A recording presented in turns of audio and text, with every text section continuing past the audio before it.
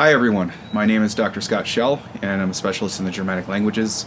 I have a bachelor's degree in German, a master's degree in linguistics, and a PhD in Germanic linguistics from UC Berkeley. And today I want to go ahead and continue my long overdue series on the Old Saxon rune names. So in the past I have reconstructed Old Saxon rune names for you. These up to this point have been Fehu, Ur, Thoris, Os, and Reda. You can find these on my channel, but I'm just going to be doing one rune at a time. And again, for those who don't know, this is an Old Saxon tradition, not an Anglo-Saxon tradition, and so most of the names are going to be reconstructed, unless stated otherwise.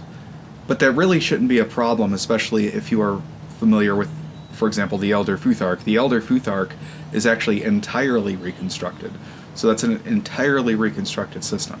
So at least with the Old Saxon system, I'm giving you some Old Saxon rune names that are attested, but then sometimes I have to reconstruct them using, of course, my expertise as a linguist.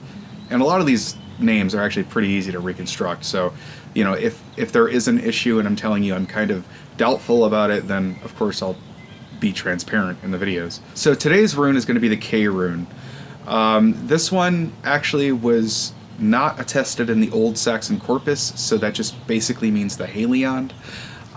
If you're not familiar with the Halion, please see my other videos regarding what the Halion is.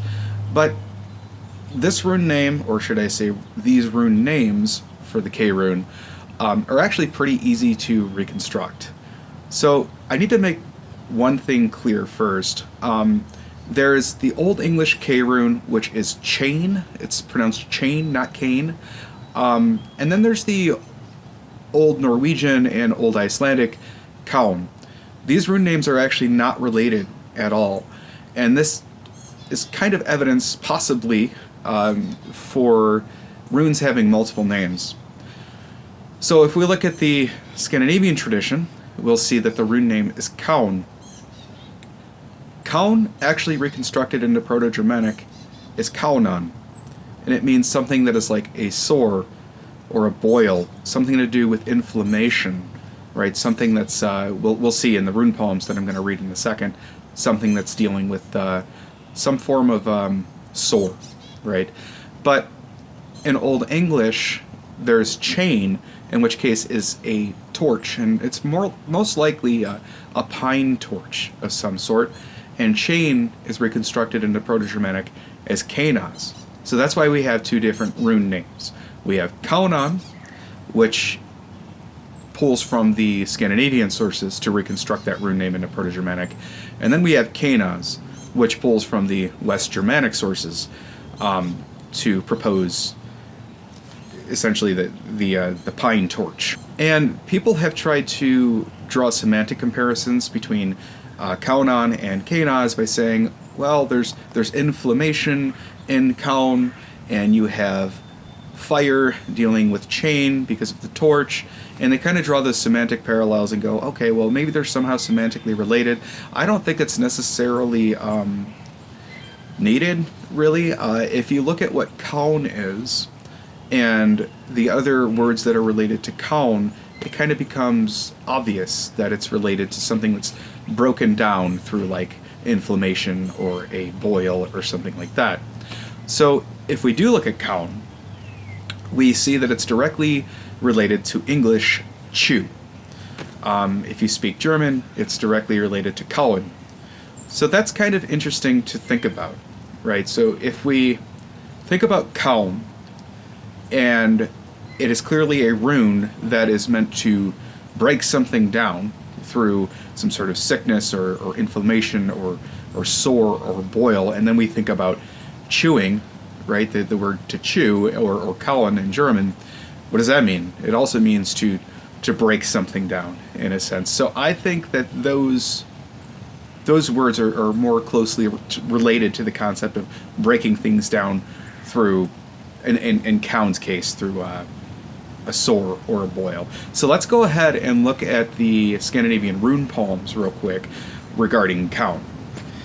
I will actually be reading from the rune poems, A Reawakened Tradition. I'll go ahead and put a link down in the video below if you want to get a copy of that book. It's a fantastic translation. So the Old Norwegian rune rhyme. A sore is a curse for children. Bale makes a man pale. Now if we look at the Old Icelandic rune poem, we'll see a boil is a bale for bairns, and a scourgeful spot, and a home for flesh rot. And I should also say that the word children here, it's probably a poetic usage for human beings. We actually see that word being used in the Helion, for example, barn, in which case does mean child, but when used poetically it can just mean like general humankind. And so going back to the Old Saxon stuff, the word kaun would have been kaun in Old Saxon, but it is not attested.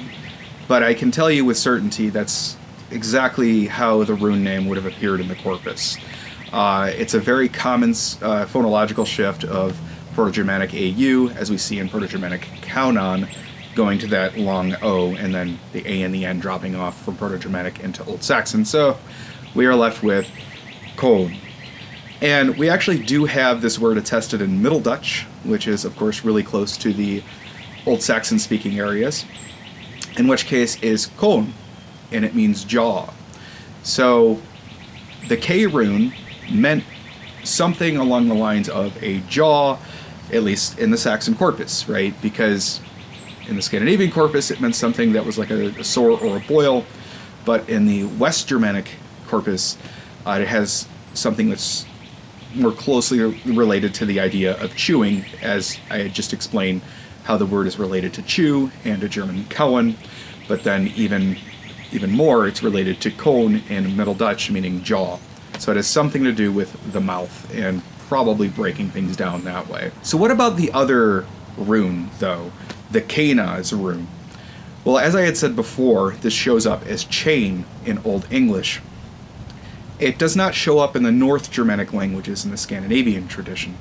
But it's not exclusive to just Old English, because we actually have kaun attested in Old High German, and it is a gloss for a Latin word which is facula, meaning a pine torch. So that's really cool, because it's not just an isolated incident in Old English, because again we have it in Old High German. In Old English and Old High German and Old Saxon are all more closely related than if I were to draw conclusions from Old Saxon to the Scandinavian languages. So let's go ahead and look at the Old English rune poem for chain, because I've already done the Scandinavian ones, and we'll go ahead and continue from there. And again, I am reading from the rune poems, A Reawakened Tradition.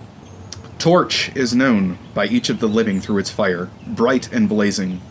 It burns oftest where the athelings are at ease indoors. And so the meaning of this is just, you know, it's probably a torch made of pine that's used in the halls. So if you do want this reconstruction of kênaz into the Old Saxon runic tradition, there you have it. It is kaun. It is directly related to Old English chain, so a very small difference in pronunciation, small but significant. And we have evidence for this name, again in Old English, but also in Old High German as a gloss for Latin facula, which is a pine torch. So that's all I have for you guys today. I'm going to go ahead and finish up this rune series. It's something that I was supposed to finish a very long time ago, well, here I am. I'm finishing it up now, and I'll go ahead and continue to do so. Please go ahead and like the video, but most importantly, just kind of share it around and make sure that other people know exactly what I'm doing when it comes to the Old Saxon runic tradition. It's not something I'm just like making up or fabricating. It's just I'm trying to be as objective as possible with this by just stating like the Saxons had a runic tradition. There are rune poems in Old Icelandic, Old Norwegian, Old English, Old High German, really. I mean, the Abecedarium Nordmanicum, which is kind of a translation, but that's a different video. And then, of course, we have the early modern Swedish rune poem, too. So why wouldn't the Saxons have had some form of a rune poem, you know, or at least have knowledge of rune names? So anyway, that's all I have for you guys today. Take care, and if you have any questions, let me know.